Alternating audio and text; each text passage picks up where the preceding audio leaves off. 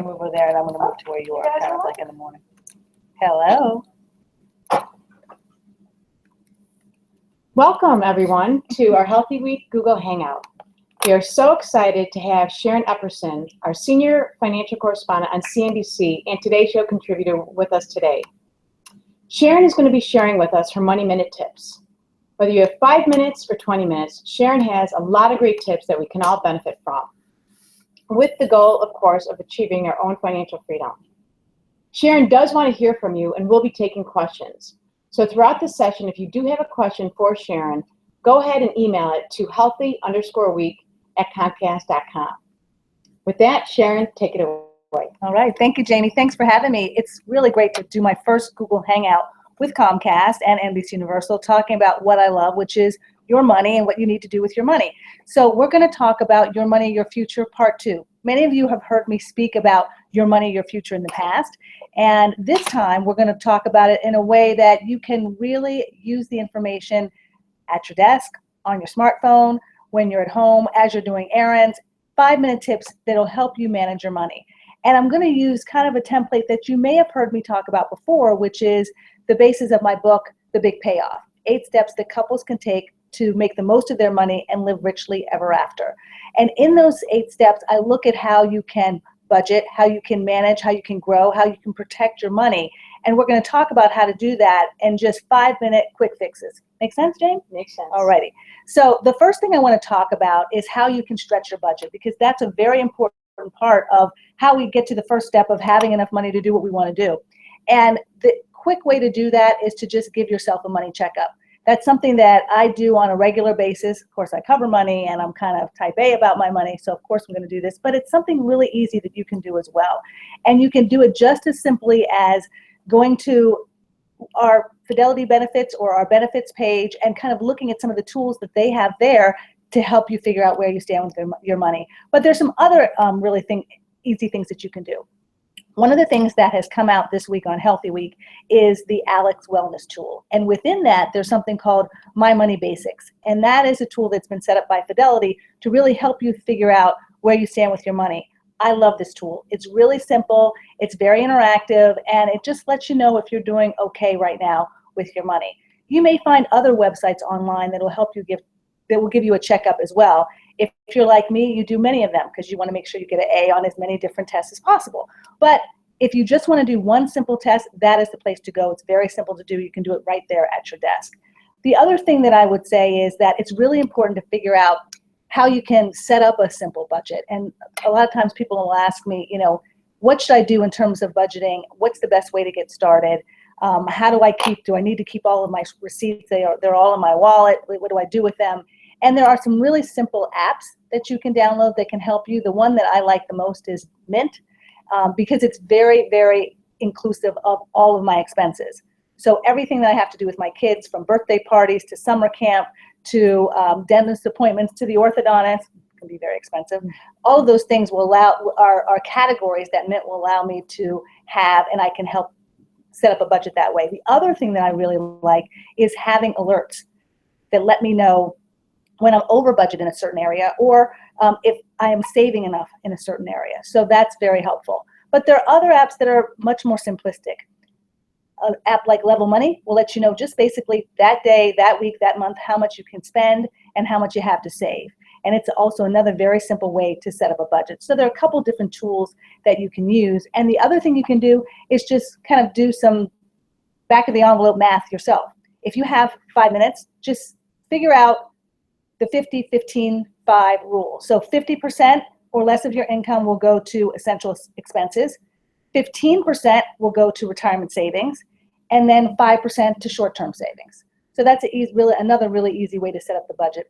50% to the essential expenses, so that's your rent, your mortgage, your utilities, the phone bill, things you absolutely can't do without, your credit cards that you have to pay off, and then 15% to your retirement savings. That's your 401k, and all of us are maxing out our 401ks, right? Or at least putting in enough money to the company match.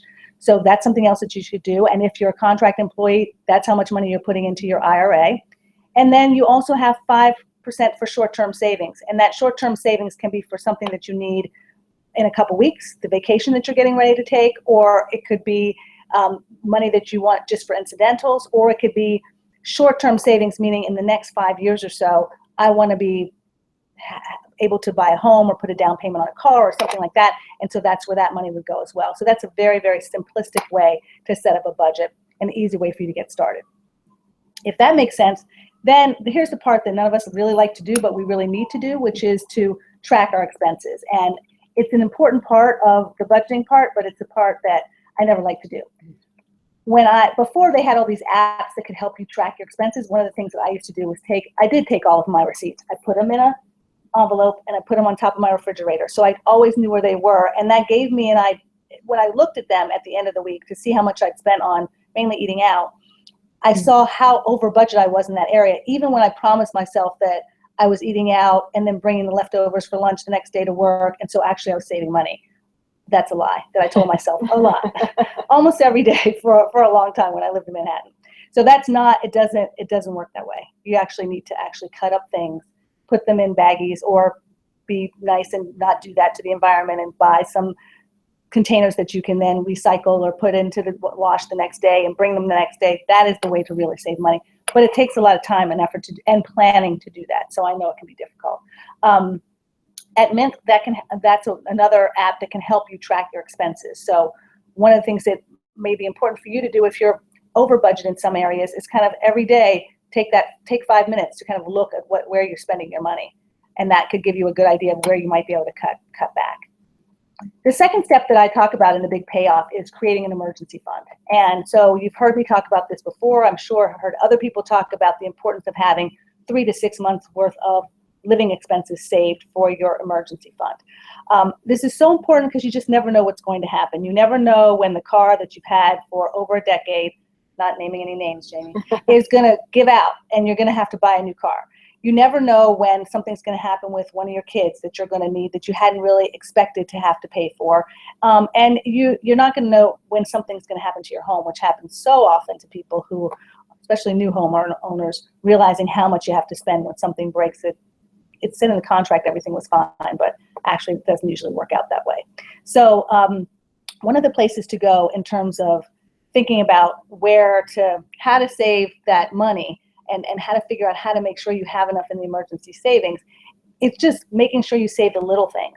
And this seems really silly because so many of us use plastic to pay for everything, but if you have loose change anywhere in your house, or if you do pay cash occasionally and get change back, save it. Save it and put that money towards your emergency savings. It may seem like a little bit of money. Maybe it only adds up to be $50 or so, but you do that over a period of time, and at least you have something that is going into that emergency savings pot. I also think it's a really great idea to make sure, and it's very easy to do with the way that our payroll is set up, have different buckets of where your paycheck is going from the outset on payday. So you already know that a certain percentage of your pay is going to your 401k. If you're a contract employee, that a certain percentage of your pay should be going directly into an IRA somewhere. But then you can also put money into a savings account and not have all of the rest of the money go into checking. And you can have it put into several savings accounts. You can have 4 or 5 different accounts that accept direct deposit from that one paycheck. And that's a really good way to make sure that your money goes into different pots where you're not even thinking about it, and you're definitely not going to spend it before you need to. So that's something that you should look at, and very simple to do. You go to the benefits website and you go into the payroll section and you go to the section for direct deposit and just check to see how your direct deposit is being done right now. For many of you, it's probably going to that one checking account, but know that you can also have money direct deposited to your savings account. So you don't have to, on Friday or on your payday, say, okay, I'm going to put this percentage or this dollar amount into my savings, and then realize that the concert tickets that you wanted to buy, or the shoes that you wanted to purchase, or the dinner with friends who just came into town and you have to see them because you haven't seen them in 4 months or 2 years, you need to go out, you have that money in your account now. Well, you may not have as much as you thought you did if you make sure you put some of that money in savings ahead of time. I want to look and see if any of you have any questions, because I want to make sure. I've never done a Google Hangout, and usually when I talk to people talk back to me, Jamie. It's very strange to just talk and not have anyone talk back to me. So there are people out there who are listening to me. Thank you so much. Thank you for listening. And I want to jump ahead to one of the things that I talk about in the big payoff, which is being healthy, wealthy, and wise, and making sure you're properly insured. I want to answer this question that someone has sent in from Comcast, and they want to know about whole life insurance and whether or not I would recommend whole life insurance policies. Everyone who is an NBC or Comcast employee should know that you're likely getting life insurance already, a term policy through your employer, which is a great perk, and you absolutely should be thankful and taking advantage of that if you can. But understand the difference between term and whole life insurance. Term life insurance policies are just that. They just set you up for a specific period of time, a term. It might be 30 years, it might be 20 years, but it only lasts for that period of time. Then it's gone. Then you're not covered anymore. A whole life insurance policy last your entire life, and that's why it's called a whole life insurance policy. Another big difference is cost.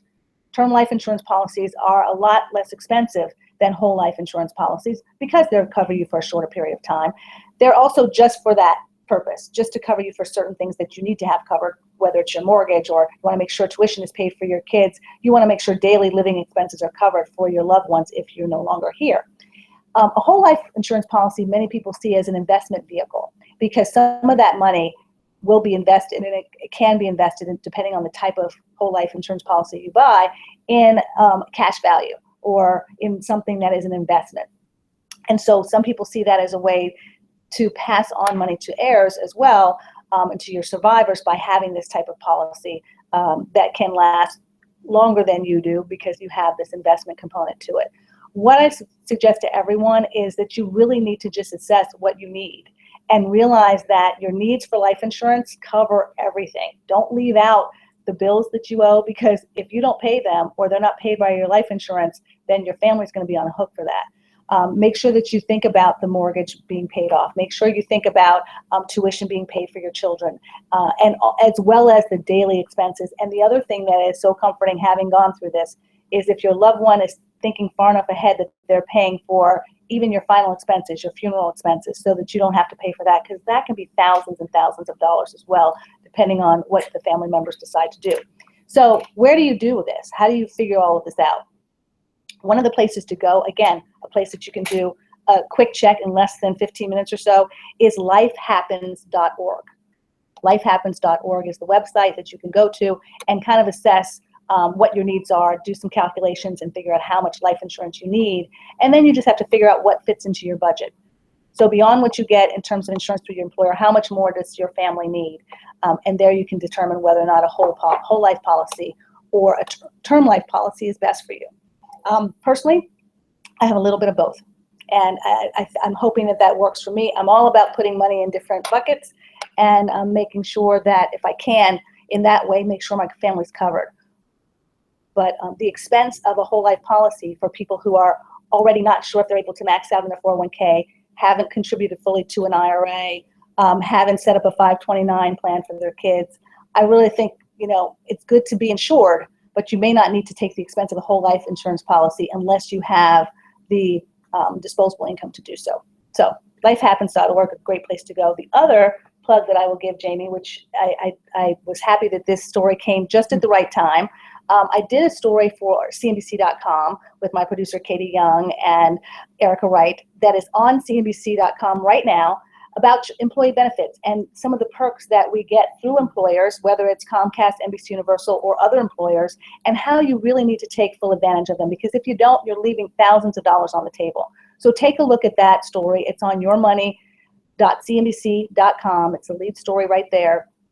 And that'll give you a good idea, too, about some of the things you can do in terms of employer benefits. On that website, as well as another series that I do called Retire Well, you'll find a lot more information about life insurance and how life insurance policies work. So you might want to go there as well to yourmoney.cnbc.com to find out about life insurance. Also, cnbc.com/retirewell. So now let me get to one more question, and I'll go back to some of my quick tips for you. The next question from a Comcast employee is it more beneficial to pay off low balance cards or high interest cards first? That person did not go to yourmoney.cnbc.com yet, but they will, because they know I have a story there about that. It is really, really important, I think, to pay off that high interest debt first, because you want to make sure that you get that that amount of money is just, you're just throwing it away in interest charges. And they can be as high as 15%, some cards 22, 23%. You want to make sure that you're starting to pay that off. But I don't believe, again, I talked about buckets, I don't believe in paying everything, putting all money in one place. So the bulk of your money may be going to pay off that high interest debt, but you also need to work on that low balance card, because that's going to give you peace of mind. Knowing that you have at least one card that you've paid off will make you feel so much better. And money, when we talk about money and when I talk about personal finance, it's just as personal as it is about finance. It's probably more personal than it is about finance. And so you want to do something that emotionally makes you feel like you've done a good thing with your money, and you want to pay off that low balance. So how do you do it? How do you allocate? Maybe put 70% of whatever you're going to use to pay off debt, to pay off that high interest debt. The other 30% can go to that low balance that you already have on a card. And because it's a low balance, you're going to pay that off pretty quickly. So that should be your goal. So let me go back and talk a little bit more about some of the points that I have in terms of the 8 steps you need to take. I think we were at number 2, and we were talking about building the emergency savings. But the next pot of savings that you need to be looking at is your retirement savings, because that's really an important part of what you're offered here, actually, to be able to do really, really well. And I'm sure many of you are contributing to your 401k. I just want to make sure that everyone is contributing at least enough to get the company's matching contribution. And Jamie's going to check me on this, because I want to make sure I tell you the exact number, and there's a little plus you can get in there too. So I want to make sure you tell me about that. Sure. But Comcast will match your contributions 4.5% of the money that you put in, the first 4.5%. Right, for those employees that are in the Comcast 401k fund, correct. And then there may be an annual. Right, and then for the Comcast employees, there's an annual 1% contribution called the Savings Starter, if they're eligible for that contribution. That's an annual contribution. So it's a way to really get you to start ramping up your savings, and really important that you do it up to the company match, because when we say that that's free money that's left on the table, it is exactly that. You don't have to do anything except contribute some of your money for Comcast if you're a member of the 401k plan to then match your money. And you want to make sure that you take full advantage of that. There was a report that came out by a company called Financial Engines. They do a lot of great research about retirement. And they looked at how much money people leave on the table when it comes to their 401k. And you figure that by their calculations, people leave about $1,300 a year on the table. And when you add that up over 20 years, we're talking about over $42,000 of free money that's out there that could be in your 401k. So make sure that you are contributing to the company match. What's the 5-minute fix to do this? This is like a 30-second fix. Just go to Fidelity benefits page, see what you're contributing, make sure you're doing up to the company match. And the thing that I love on there, they'll prompt you to see if you can do an automatic increase every year. Yes, say yes by 1%, increase it by 1% until you get to that 15%. Remember what I said earlier, you should be putting 15% of your income into retirement savings, either all into the 401k or into a combination of a 401k and an IRA, or maybe even a taxable account, but at least 15% into your retirement savings. How much money can you put into your 401k this year?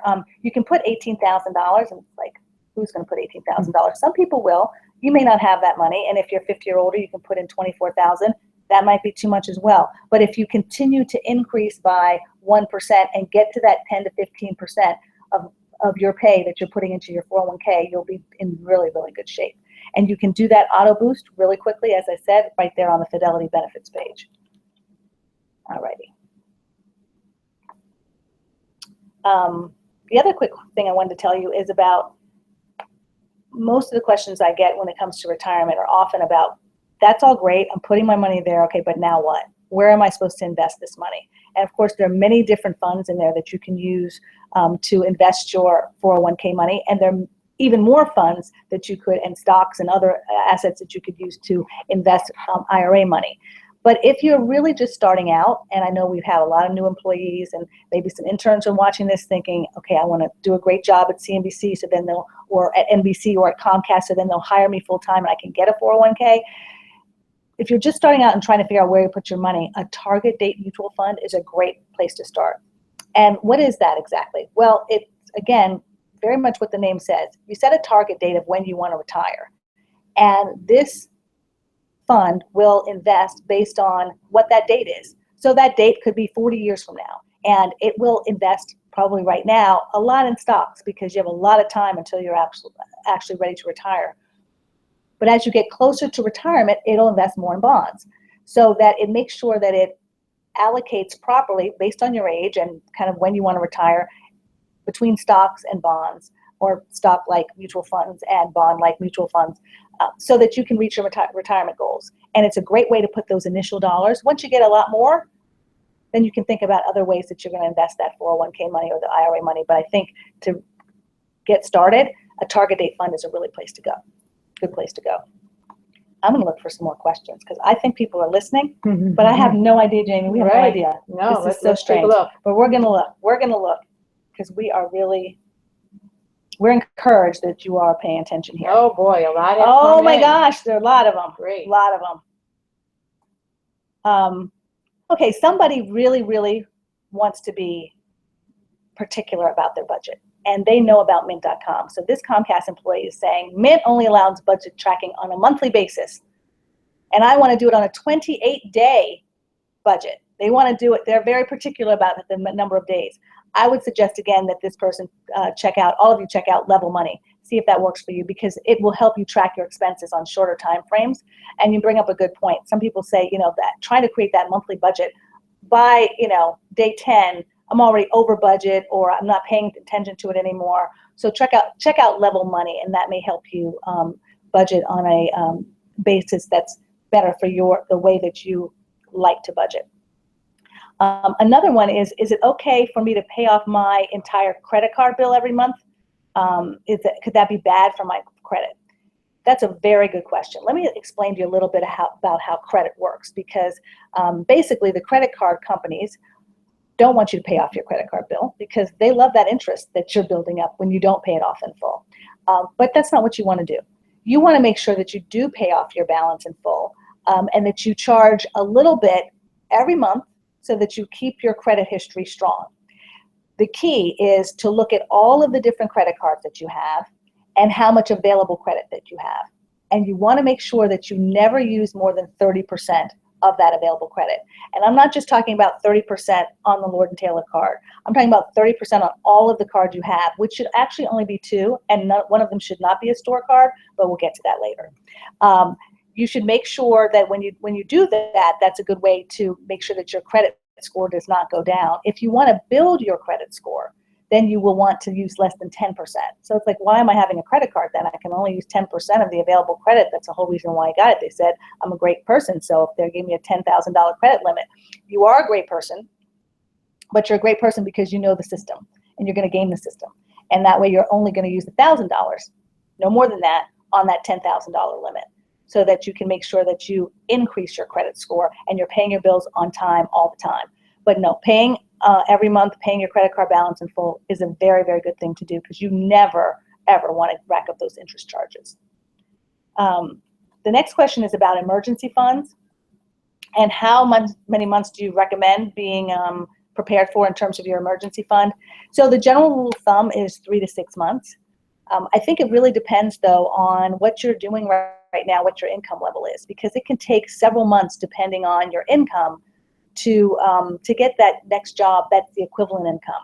So if you can have a year's worth of money saved, that's fantastic. But many folks are like, who could even do that? Let's start very simply. Do you even know how much money you spend every month? How much money does it take to run your household for 1 month? And can you start to save that amount? I think that's a more realistic way for many people to start, because when I say 6 months, many people actually don't have an idea of what it takes to run their household for 1 month. And so that number is just kind of just a number. So you really need to have that budget. Make sure you know how much money you're spending every month to run your household, and then save that amount. If you can increase that and have 3 times that amount, 6 times that amount, 12 times that amount, that's fantastic. But at least make sure you have that 1 month saved first, because that'll give you a really good idea also of what your budget is. And then within that, someone asked if giving children an allowance. So I have 2 children. I have a 14-year-old son and an 11-year-old daughter. And I have never really given them a regular allowance. That's not to say I don't believe in giving children allowances. It is a habit that once you start, you must continue. And you have to really be diligent about it, because you want to build up really great money habits with your children. And if there are certain chores that are tied to them getting allowance, or if you believe that their academic performance would be tied to getting allowance, whatever you've determined that you want them to be able to get allowance for, just like you get paid a salary or you get paid an hourly wage for the job that you're doing and you want to do the best job possible, you want to instill that in them. Instead, my 14-year-old is getting his first job next Monday. So that will be his allowance. It'll come from someone else, not mom, and he'll be able to buy the sneakers that he wants and go out for pizza and do things he wants to do this summer, with a little bit of his own spending money. But I think it's perfectly fine if that's something that your family believes in doing. Just make sure that you do it on a regular basis and that you really do it as a money habit for yourself that you're instilling in your kids. And I have a great story on your money, also about some of the apps that'll help you, figure out how to do the allowance and kind of manage it just like a payroll department would manage it. You can do that within your home. We're going to talk about student loans in a minute because I'm going to get to that as one of my tips. And I know some of you have questions about that. But I wanted to go to one of the next tips I have about, I talked about what you want to do with credit cards and credit utilization, but I also mentioned credit score. I want to give you a couple quick tips of where to go to check out your credit score, because a lot of people are very interested in knowing that, and you should be interested, because if you want to get the best rates on insurance, not just a mortgage or a car loan, if you want to, in some places, your employer may look at it. I don't know if that's something we do at Comcast or NBC Universal, but there are some employers that will look at your credit score. So you want to make sure that is as high as possible. You can get a free copy of your credit score through a lot of different card companies now, like Discover will offer you a free credit score. There are websites you can go to, like creditkarma.com. So make sure that you have a good idea of where you stand in terms of your credit history. Again, a really quick 5-minute fix. Just go and see where you stand. And if you're unsure, the credit score doesn't look right, then order a free copy of your credit report. Annualcreditreport.com is the only place that you should go, because it's the only one that's really free. You get a free copy of your credit report from each of the credit bureaus, Equifax, Experian, and TransUnion, once a year. You can get a free one. So set it up quarterly, just like you do in your business. There at Comcast or at NBC Universal. Every quarter, order your credit report. You'll get it for free, and just make sure that there are no errors there. And if there are ways that you can go and go on to these different credit bureaus and go on their websites to fix them. But make sure you get a free copy of your credit report at least once a year.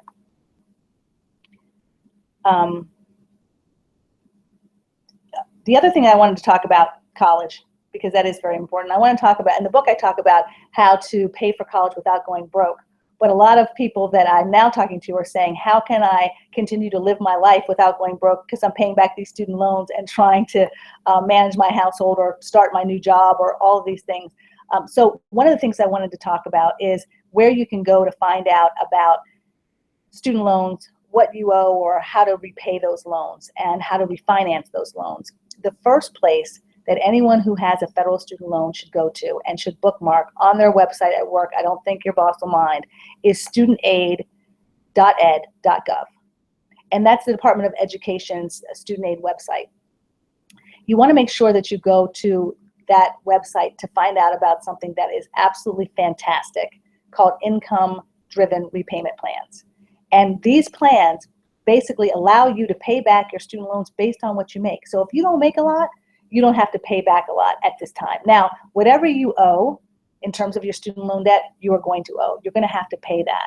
But you can help your cash flow, and you can help your payments, monthly payments, by looking into some of these income-driven repayment plans. The other thing that you can do for your private loans is to go to some of these websites that will allow you to and help you figure out how to refinance those loans. So some of them are marketplaces that will set you up with different lenders, like lendedu.com is one of those. But there are others that will help you figure out whether or not you can refinance your loan based on whether you have a job now or a job offer. Some of that are that optimistic to say, I'm going to help you refinance because I know you say you're going to be employed and you're going to be able to do this. And so those are some of the places that you should go. Quick fixes. The next thing, we have some more questions. I'm watching my time. How does someone go about buying a house if they don't have the money to put down? That's what someone has asked me. Let me get to the house buying because it's really important, and everybody thinks that that's the American dream. It's awesome to own real estate if you can afford it. But for many people, when they buy a home, the person who actually or the entity that actually owns their home is actually the bank, because they have such a large mortgage and they really don't have any equity in their home. So I really think it's important to make sure that you do have that down payment. And again, another quick fix, go to one of the websites that just Google home ownership, or go to Trulia or Zillow.com, look at some of Realtor.com, and do some of the calculations there on their online tools to figure out what you can afford and make sure that you have an adequate down payment so that you don't have a huge mortgage. I think, Jamie, we're out of time. I think so. And on behalf of our Total Rewards department, we want to thank you all for joining us. And I want to thank Sharon for giving us so many great tips. Excellent. So thank you for having all, and have a great rest of the day. Yourmoney.cnbc.com. A lot more tips there for you. Great. Thank you, everyone. Bye-bye.